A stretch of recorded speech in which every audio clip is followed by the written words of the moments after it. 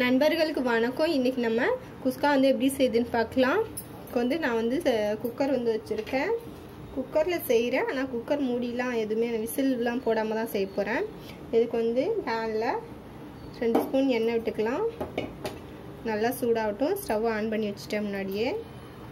இது கூட வந்து 1 ஸ்பூன் கொஞ்சம் வந்து டால்டா சேர்த்துக்கலாம். டால்டா சேர்த்து செஞ்சிங்கன்னா கீழே வந்து அடி பிடிக்காமல் இருக்கும். நல்லா உருகட்டும்.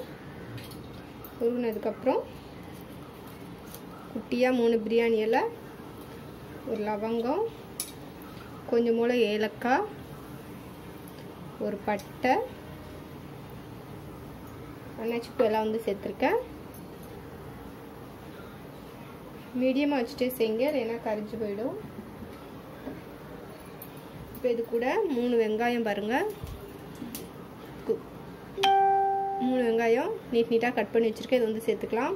பார்த்திங்கன்னா குஸ்காவுக்கு வந்து பிரியாணி இந்த ரெசிபிக்கெலாம் பார்த்திங்கன்னா வெங்காயம் அதிகமாக சேர்த்தா தான் நல்லாயிருக்கும். தக்காளி வந்து குறைவாக சேர்க்கணும். நல்லா 3 வெங்காயம் பெரிய வெங்காயமாக நீட்டாக கட் பண்ணி வச்சுருக்கேன். இது கூட கொஞ்சமாக உப்பு போட்டு வதக்கலாம். இல்லைன்னா மூடி வச்சு வதக்கினாலும் சீக்கிரம் வதங்கிடும். கொஞ்சமாக உப்பு போட்டு வந்து வதக்கலாம். பாருங்க, கொஞ்சமாக தான் போட்டுக்கிறேன்.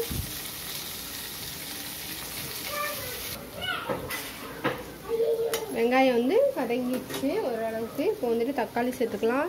ஒரு பெரிய தக்காளியாக ஒரு தக்காளி சேர்த்துக்கிறேன். தக்காளி அதிகமாக சேர்க்காதீங்க, புளிப்பு சுவை அதிகமாகிடும்.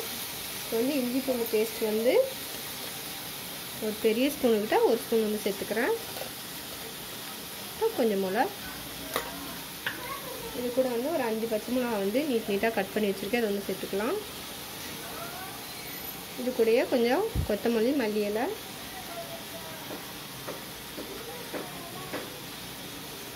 இப்போ இது எல்லாத்தையுமே வந்துட்டு இன்னும் 1 நிமிஷம் வந்துட்டு வதக்கலாம். இப்போ வதங்கட்டும். அரிசியோட அளவு பார்த்துடலாம்.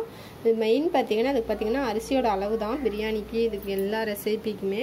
இது பார்த்திங்க, அரிசி வந்து நான் இந்த டம்ளரில் வந்து 1 டம்ளர் வந்து அரிசி எடுத்தேன். இதே டம்ளர் வந்து 1 டம்ளர் தண்ணி சேர்த்துக்கோங்க. நீங்கள் எந்த டம்ளரில் எடுக்கிறீங்களோ அதே டம்ளரில் தான் சேர்க்கணும். 2 டம்ளர் அரிசி எடுத்தீங்கன்னா 3 டம்ளர் தண்ணி சேர்த்துக்கோங்க. 1 டம்ளர் அரிசிக்கு 1 டம்ளர் வந்து தண்ணி. அரிசியோ கப்போ இல்லை எதுலேயோ நீங்கள் வந்து எடுக்கிறீங்களோ அதே வச்சு தான் அளவு எடுக்கணும். பாருங்கள், 1 டம்ளர் தண்ணி ஊற்றிட்டேன். இன்னும் வந்து 1/2 டம்ளர் தண்ணி ஊற்றி வச்சுருக்கேன். இது வந்து ஒரு வதங்குறதுக்கும் அது ஊறுறதுக்கு வந்து கரெக்டாக இருக்கட்டும். ஊறட்டும். ஒரு 5 நிமிஷம் இல்லை 10 நிமிஷம் ஊறட்டும். வந்து ஒரு ஓரமாக வச்சிடலாம். இப்போ இதை வந்து நல்லா வதக்கலாம். நல்லா வதங்கிடுச்சு. இப்போ வந்துட்டு மசாலா தூள் வந்து சேர்த்துக்கலாம். 1 ஸ்பூன் வந்து குழம்பு மிளகாத்தூள் வந்து சேர்த்துக்கிறேன்.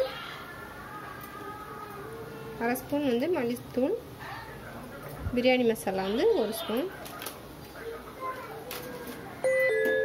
இப்போ இது கூட பார்த்திங்கன்னா தயிர் வந்து ஒரு 3 ஸ்பூன் கிட்ட வந்து சேர்த்துக்கலாம்.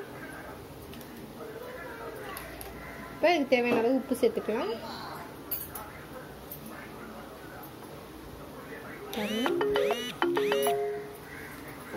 இப்போ எல்லாத்தையுமே நல்லா வந்து வதக்கலாம். இப்போ மசாலா நல்லா வதங்கிடுச்சு. இப்போ அதே டம்ளரில் வந்து பாருங்கள் 1/2 டம்ளர் வந்து தண்ணி வந்து சேர்த்துக்கலாம்.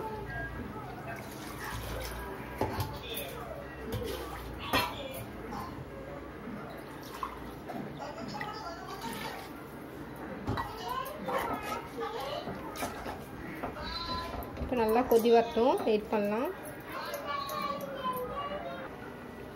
பாருங்கள், நல்லா வந்து கொதி வந்துடுச்சு. இப்போ வந்துட்டு அரிசி போடுவோம். இந்த மாதிரி முறையில் போட்டால் தான் அரிசி உடையாமல் குலையாமல் நல்லா நீட்டாக கிடைக்கும். உப்பு எல்லாமே போட்டாச்சு. காரம் எல்லாமே பார்த்துக்கோங்க. அப்போ தண்ணியோட அளவு வந்து கம்மியாக இருக்க மாதிரி இருக்கும், ஆனால் கரெக்டாக இருக்கும். இப்போ வந்துட்டு சிம்மில் வச்சுட்டு மூடி வச்சிடலாம். விசில்லாம் எதுவுமே போடல, சும்மா தான் பாருங்கள், சும்மா தான் மூடி வச்சுருக்கேன்.